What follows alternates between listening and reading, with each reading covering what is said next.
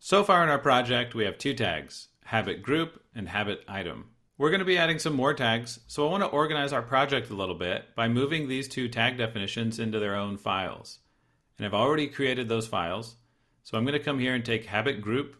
I'll copy the entire tag definition, cut it, go to habit group, paste it in, back to index, and now if I save, the project is blank because we're referencing habit group right here, which this file doesn't know about. So we need to import habit group. So import ./habit group. That's the file that defines that tag.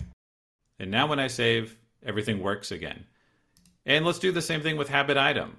But why don't you give it a try? Here's the challenge. Move this habit item tag definition into the habit item.imba file, and then import the habit item.imba file into this index file, just like I did with habit group. Go ahead and give that a try, and then I'll show you how to do it. Okay, so to do that, we're going to select the entire habit item, cut it, go to the habit item file, paste it in there, come back to index, and we're going to import habit item. We can leave off the file extension. Okay, so now we're a little more organized. You may wonder, why are we importing habit item here when it's actually only referenced by habit group? It's not used in this file.